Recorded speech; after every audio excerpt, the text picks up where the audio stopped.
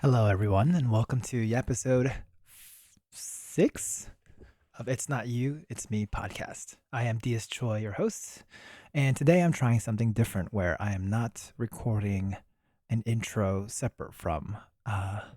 So basically, what I usually do is I listen to my old recordings and I try to give a little intro about what it's about. But I think I want to get in the habit of actually just starting a podcast without much more editing. We'll see how it goes. I mean, it is what it is. And so you won't hear the usual intro music, the little background music that goes into it. And as I was listening to my old podcasts, which episode was this? Episode 2. Yeah, episode 2. At the end, near the end of it, it was talking about what's kind of attractive in character building. And that's the topic that I kind of want to talk about today, where something like what is attractive about a person, like what is the things, I don't know, it's not even advice giving, but what are the things that we want to look for in a partner, what are the things that we want to be attracted to. And one of the interesting thing is, even for me, I would definitely say that I really want someone that I have a good we say chemistry, right? That's the word that we use, that's the word that we throw around. um some people will say be able to have a good conversation with, right? In Korean, that's called tiki taka, right? Like that's like a back and forth, like being able to um, converse, like not like without pause, like it flows well. Have good back and forth, like whether it's banter or other things. And so I was thinking about like flirting and what is attractive. And oftentimes we hear the phrase like, "Oh, like I want to be with someone who is funny, like humorous." And it's really interesting because people say for women, it's very obvious when they like someone because they laugh at everything they say, even if when it's not funny. I don't know how true that is, but that's what I've heard, and I've definitely noticed it here and there. But I don't. Perhaps it's not always true. Um, like most things, it's not always true. But like humor, we can say is part of personality. And the thought that came to mind was the difference between personality and character. Um, Typically, character is something that we think about as something you build, right? Like, and something that's a lot more stable. Um, in terms of it seems to like you. It's a lifelong work. You build it over time, and it's the consistency that really matters. And so it's interesting about personality too, because one would think that personality is something that is relatively stable with a person. And I don't know the research enough right now. I do know conceptually personality seems to be something that's a lot more stable about a person, right? Because everyone has different personalities, and a lot of it has to do with just who they are. But the interesting thing is that people change, right? I know that I have changed. I have grown so much since I was younger. And when I look back at my life and the different stages of life, I've changed tremendously in so many ways. And there's definitely core things about me that hasn't changed, but there's a lot of other things, or maybe my core expressions have changed. For example, like maybe I've always been very how do you describe it? Like perfect. Like I talk about my perfectionism. I'm a recovering perfectionist. Maybe I've always had that when I was young. Maybe it's genetics. Maybe that was nature, right? Where I wanted things a certain way. I wanted to improve things, make them the best, and you can think of it as personality as like, yes, I am perfectionistic, and the personality that may come along with that might be judgmental, right? Someone who's a little, I don't know, cold, um, too obsessed about perfection more than people, if that makes sense. Like about getting things right versus people. So you like you can also think about it in terms of MBTI, where often the TJ people with thinking and judging personality types for the MBTI, they tend to be very um, efficient, and if people get in their way, they get upset. That's like a very common thing. Unless I'm mistaken, please correct me if I'm wrong. But um, it's very interesting how I am now mellowed out so much more, become so much warmer. I am still perfectionistic, but the way I treat people has changed. The way I see people has changed. And even, yeah, just my perfectionism has changed. The way I look at it, the way I deal with it. And so that personality aspect of me has been changing. And so, what are we really, when we're looking for a partner, what are we really trying to be attracted to? And so, it's really interesting because also, like, there's plenty of people that we I say fall in like with, right? We are heavily attracted to. There's just this magnetic pull. And the more you get to know them, that can change, right? It can change instantly. If there's an ick, I don't know if ick is the right. I don't know if I want to use the word ick. I'm already using it, but that's the concept. There's like something about them that basically, I won't say as strong as an ick, but basically makes you reconsider. It's just like, oh, um, for example, it could be something like when you're talking. It could be something as simple as, oh, like I have a special diet. Maybe I am pescatarian. I forget what that word is. Pesco is what I know it as. Is it pesco? There's keto. There's what are carnivores. There is vegetarian. There's vegan. Like the common stuff. And it makes you think a little bit, right? It's just like, oh, I wonder what it would be like to be with a partner who has a very different lifestyle than I do. And so then that becomes sort of a, I don't know if character is the right word to even describe those traits. Because that's not I don't think that's a personality, right? That's, and we could say perhaps it's just very simply values. They have simply different lifestyle values. And I feel that once your honeymoon stage kind of in a relationship passes, what you're left with are typically character, values, and personality is kind of like the spice, if that makes sense. It um, has your ups and downs, like, but personality is kind of like what makes, I guess, it fun, like enjoyable. Character is what like you can rely on and the stability of it. This is so unstructured, but that's my episodes. This is the way it happens. Because your character is like a lot about like, for example, character is choosing. It's like the concept of like choosing what is hard versus easy, right? Like doing what is right versus what is easy. Um, Going out of your way to care for people. That's like character, and it's often tied with personality. Maybe you said he has a warm, she has a warm personality, right? Um, but I think it's more a reflection of character. And maybe I should look at these definitions beforehand. But it's just something that got some thoughts in my mind in terms of like, can you fall in love with character? Can you be attracted to character more than personality? It's kind of like what came first. If you were to be attracted to character, would you would you be more likely to be attracted to their personality? You know what I'm saying? Like I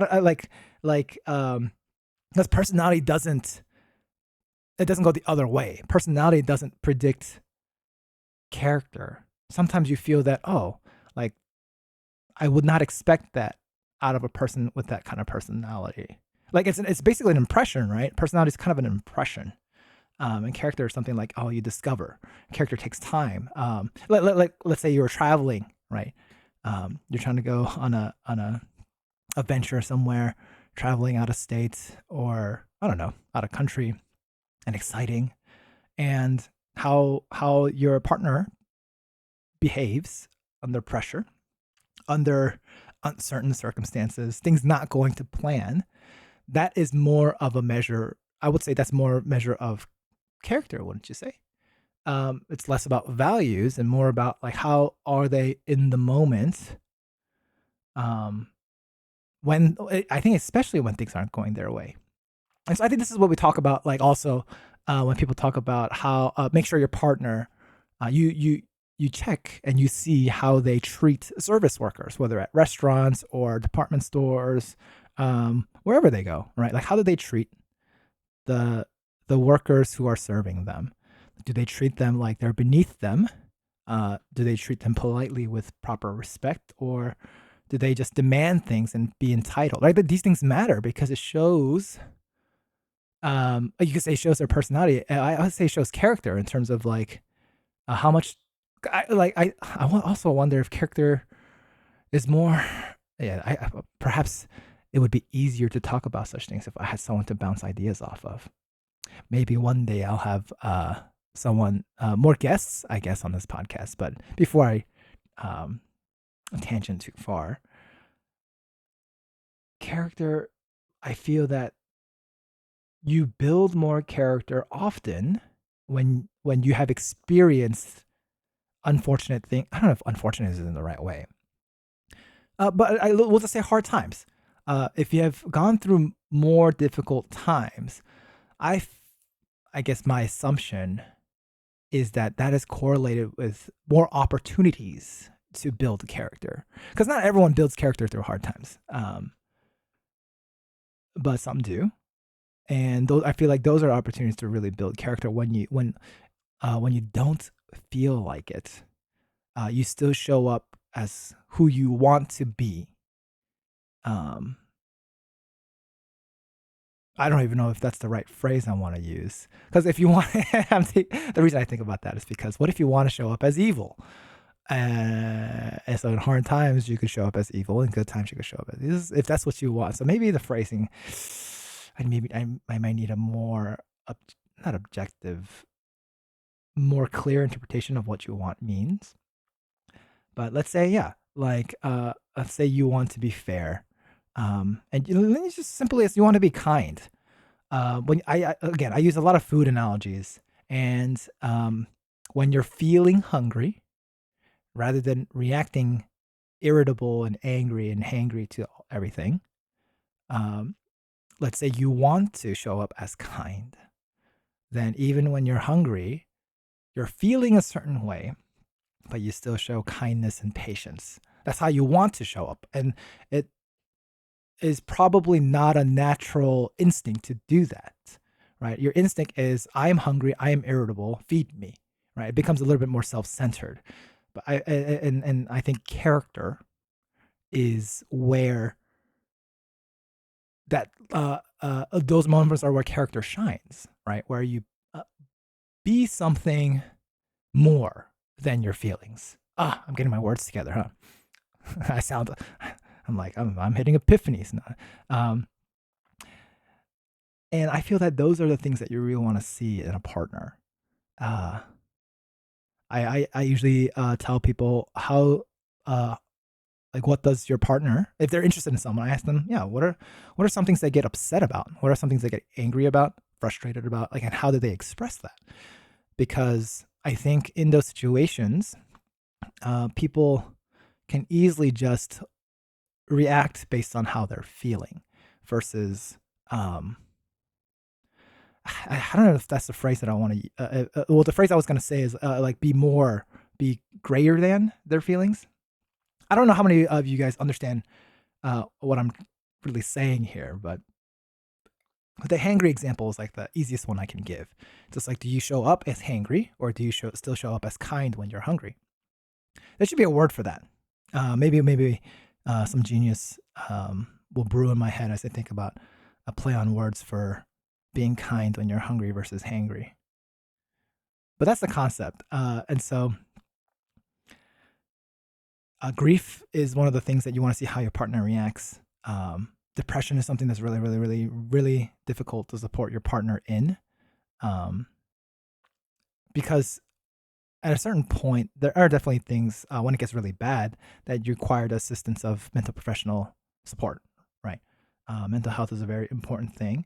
And we call it mental health, wellness, and things like that as a means of like, we can get sick in the body physically, physical ailments, but I definitely think that we can fall into rabbit holes or parts of a mind state where it's very difficult to come out. And so we call that like, I don't know, I don't think we call it, oh, sorry. I was like, mental sickness? That's not the word.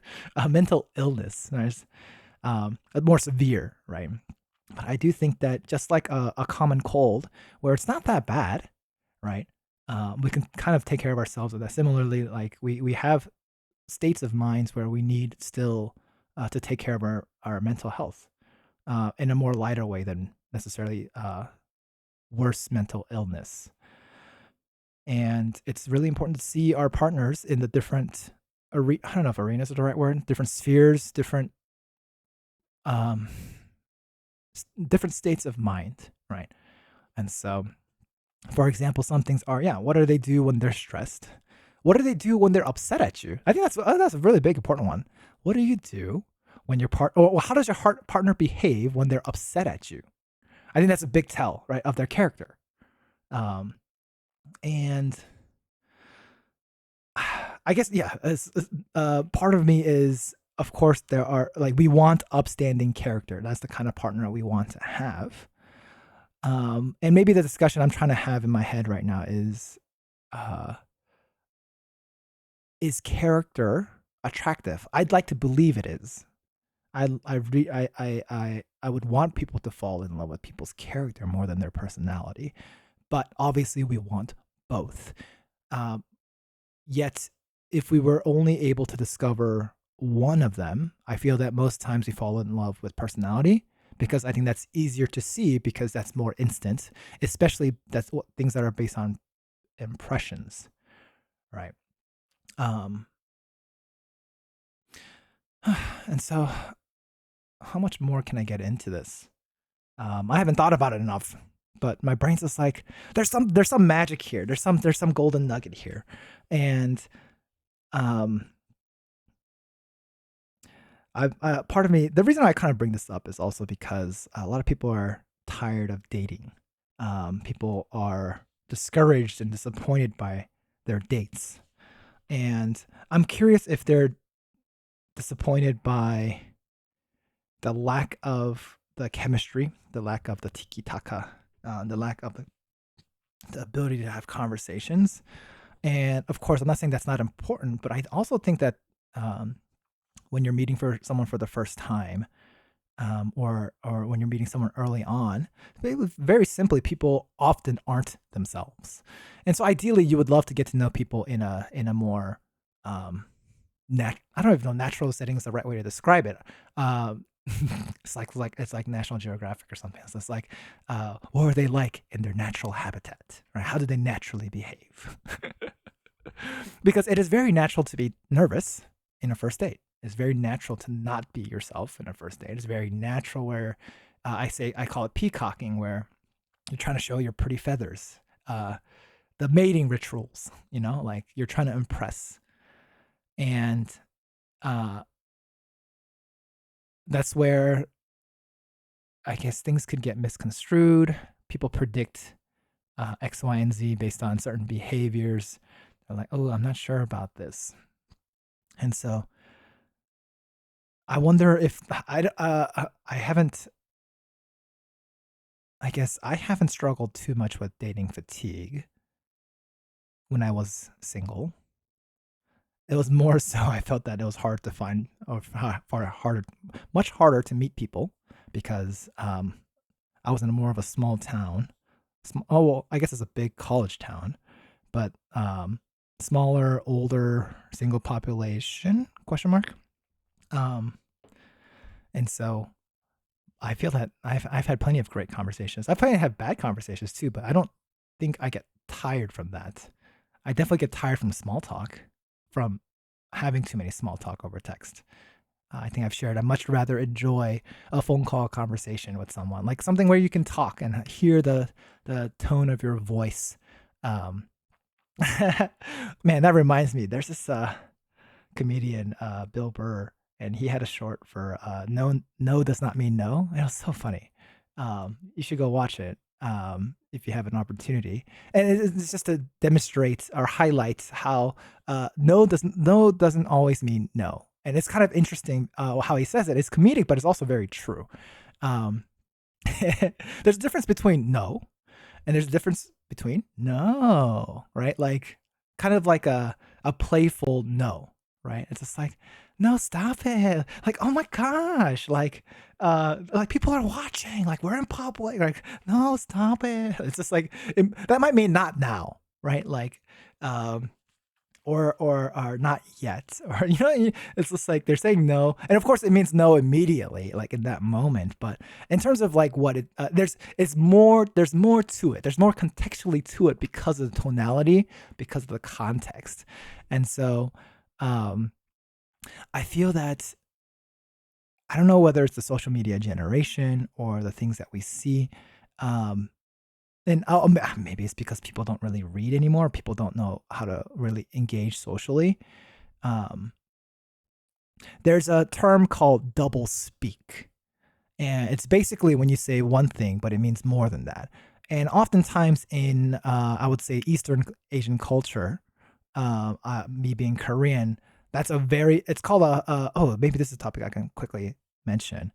Um, East Asian culture is often called, uh, oh man, I forgot the word for it. Oh, high context uh, conversations. And so you have to really think about intentionality more than the words. And for people in the same cultural context, it's easy to read because everyone kind of has these unspoken rules, but it's culturally understood. For example, a very simple example in Asian culture is if you're eating with friends, who covers the bill? And there's a common joke or a common, I don't know if comedic scene is the right word, but there is the back and forth of who will grab the check, who's going to pay. So when someone says they're going to pay, the the common courtesy politeness is to say that no, I will pay. And so people will do this back and forth of I will pay, no, I will pay. Some people go as far as like paying for the bill, like as they go to the restroom, tell the person at the cash register like, oh, please pay for this table, and you find sneaky ways to pay. And that's what like in high context cultures, um, it's a matter of like even if you don't want to pay, it's polite to.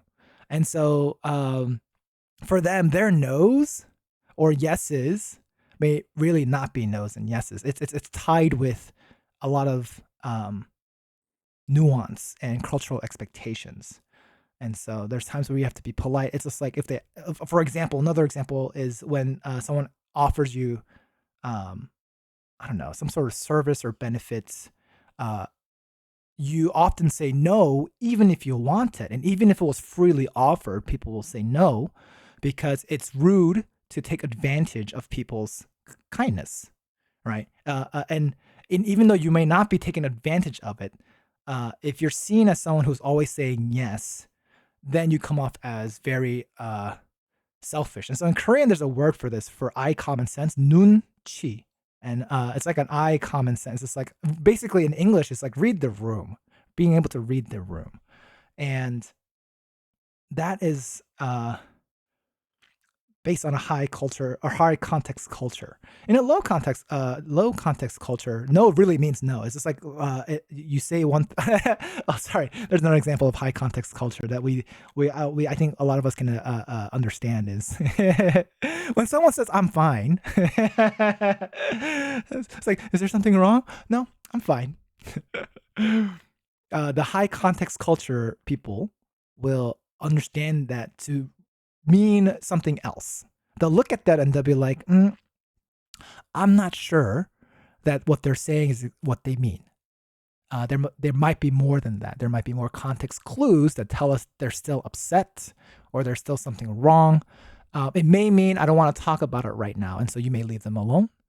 Some of it might be I do want to be chased and comforted. I just can't ask for it because that might seem selfish. There's things like that, and some might from people with low context cultures, they might find that so tiring. And then from so yeah, like I guess the differences is very important because when a low context culture, that's such a mouthful. In low context to high context, low context people feel very tired because they're not used to reading all the signals and the signs and all this information. They're not used to interpret and use that brain power to understand what's happening. On the flip side, high context people to low context situations, they feel that low context responses are very rude. So another common one is like asking to stay at a friend's place, like crash at someone's place. So for low context people, you just ask that. You just freely ask, hey, can I crash at your place? Like, I'm coming to visit. Do you mind if do you have a place on your couch that I can just stay over? Whatever it may be, right? If you're low context, you just say yes or no. Like, it's very simple. It's just like, I am okay hosting you, and you're okay crashing, right? Like, it's not like I have to take like crazy care of you or whatever. It's not an inconvenience for me. I'm happy to welcome you into my home. And so you'll just simply respond yes or no. If you're able to, yes. If you're not, no. And if you don't want to, no. Like, there's no hard feelings there. You just say no, yes or no. Nothing wrong with that. But if a low context person were to ask a high context person, the high context person may feel burdened, because if they say no, they may be seen as inhospitable, right? Not hospitable. And they kind of feel pressured to say yes. And they get upset at the low context person for not considering their feelings, basically. And so again, it works really well within each other's like separate cultures, right? In a low context culture, they'd be fine interacting with each other. In a high context culture, they'll be fine interacting with each other. I'm honestly, personally, very low context. Even though I'm Korean, I think high context tires me out. But because I grew up in it and I know about it, I still very well understand how to read those situations. And I think that's definitely has treated me well, also has served me very well in the context of relationship coaching as well, because I'm able to read people's body language a lot better, and the tonality of their voice. And I think that's why maybe that's why I still like hearing people's voices on a date. Like, if I were to have a phone call for a date or something, a phone date, it's typically because I'm long distance with people. And so obviously it's much better to be in person, because I could see the whole facial expressions, body language, more than just the voice, the tone of the voice. And so all that to say, low context and high context, it really matters in a date context. And I think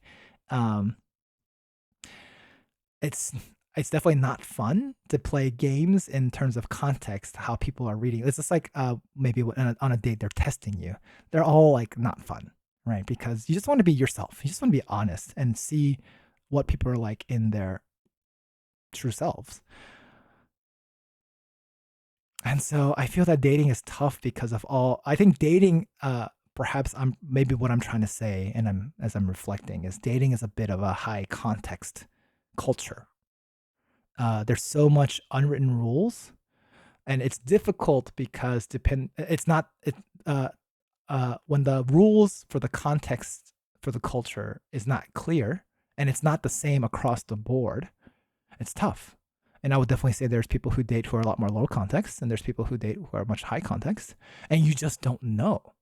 And so there's a lot of mismatch in terms of expectation when you're dating.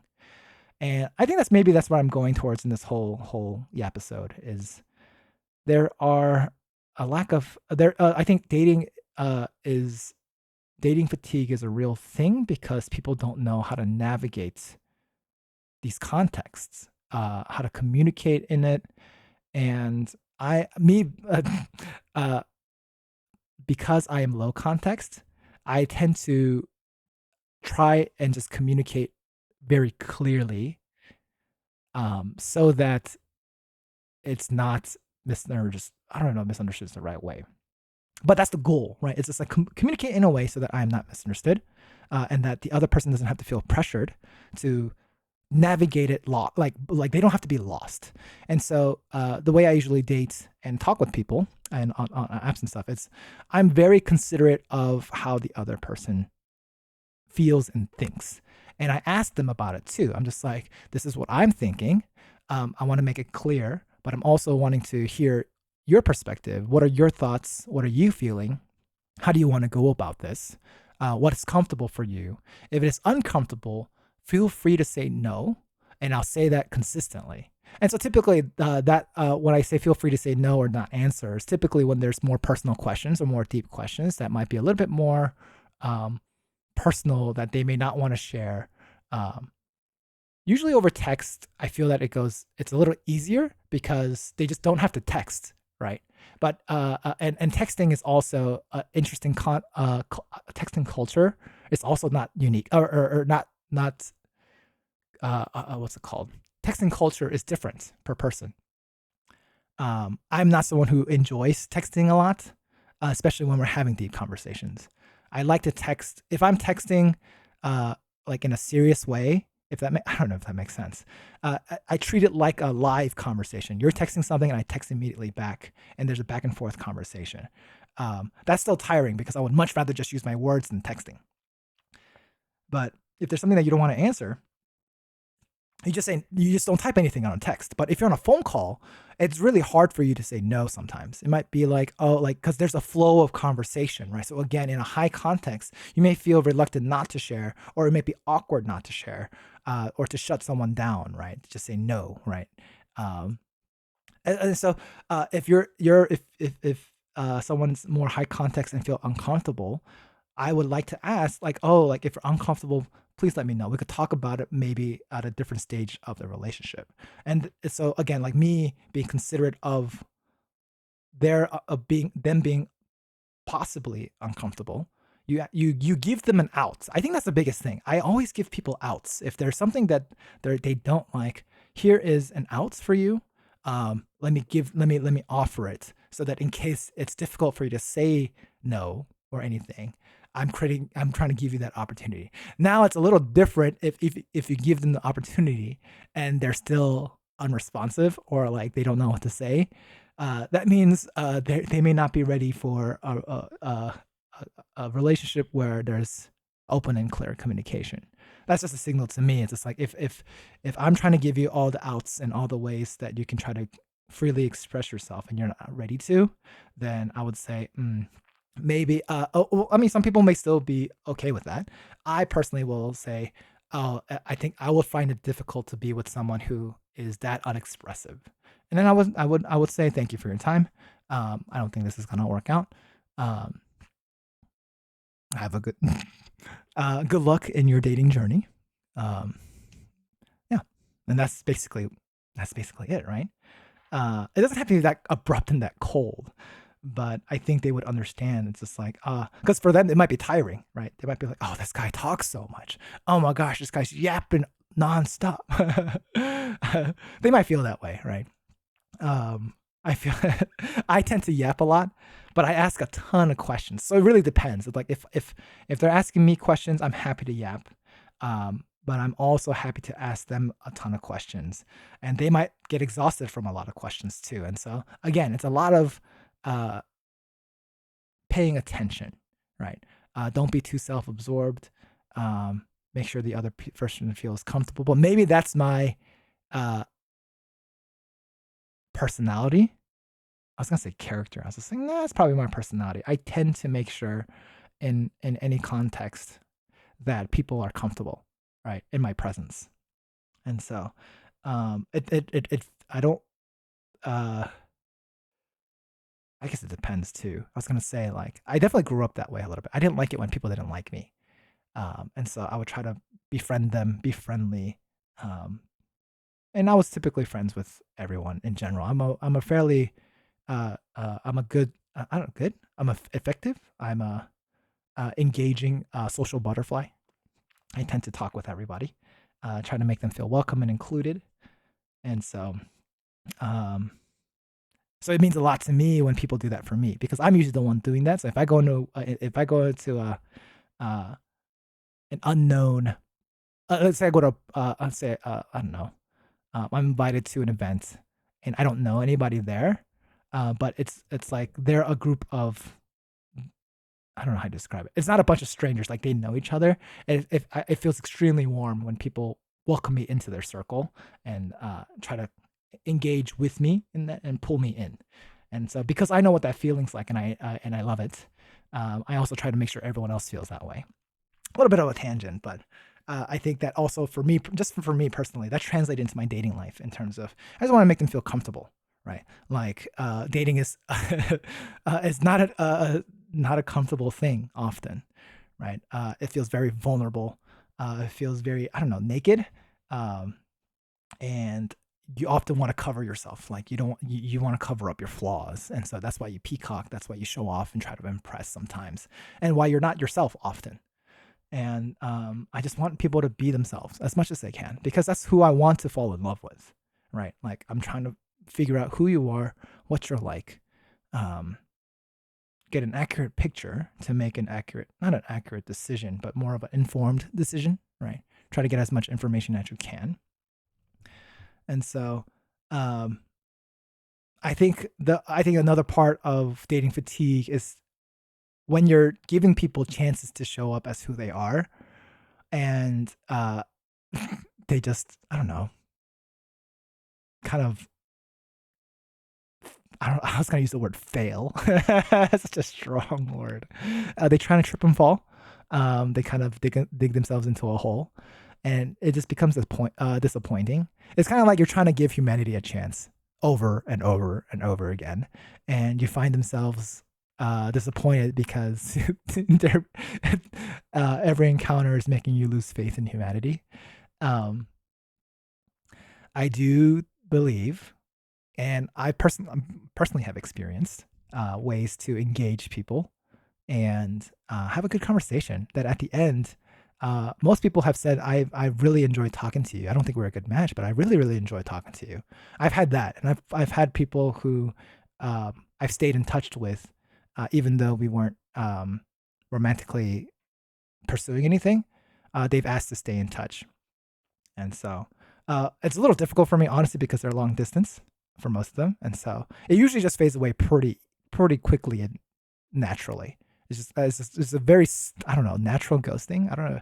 It's just like because we don't have a natural overlap in activities, like you have to carve out time, and not everyone has that time to desire to build a long distance friendship with someone you were romantically interested in, but it didn't work out.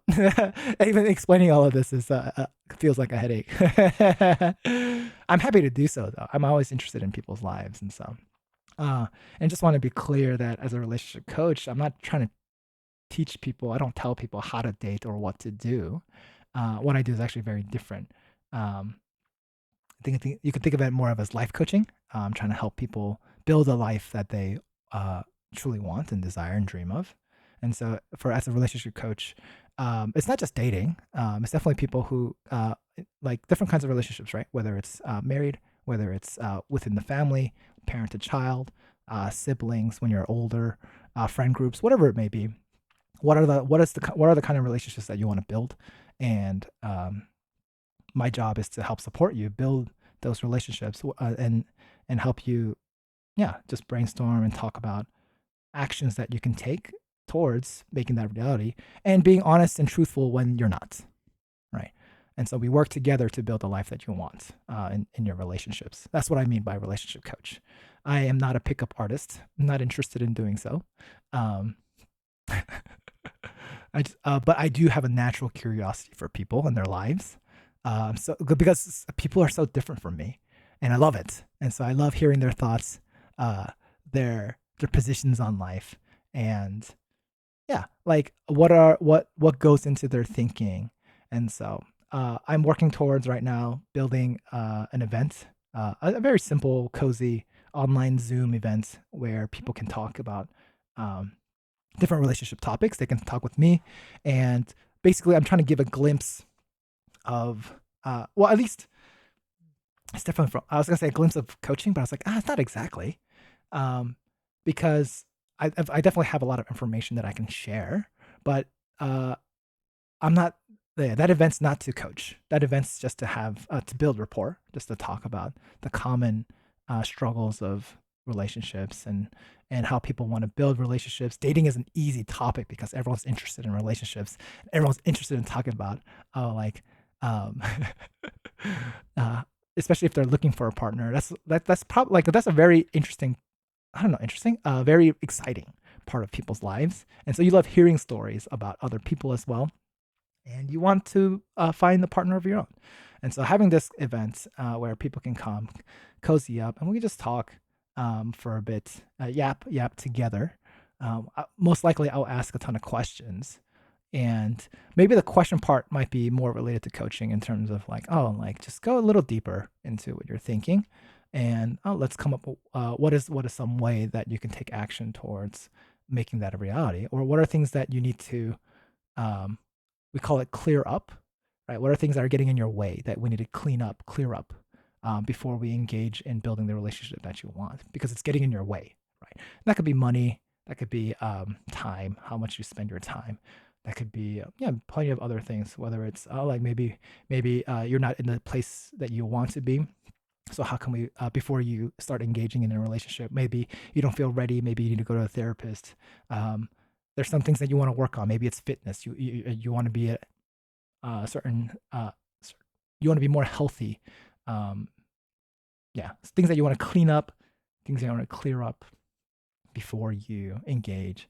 And so yeah, um, I don't know when this podcast will come out.